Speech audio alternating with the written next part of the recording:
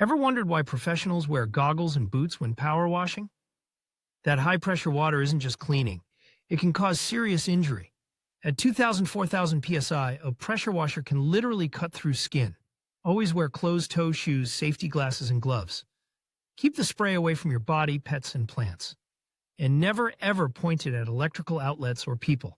The most overlooked safety tip? Maintain your footing. Wet surfaces become incredibly slippery, and the washer's kickback can throw you off balance. Work from stable ground and move methodically. Remember, power washers aren't toys.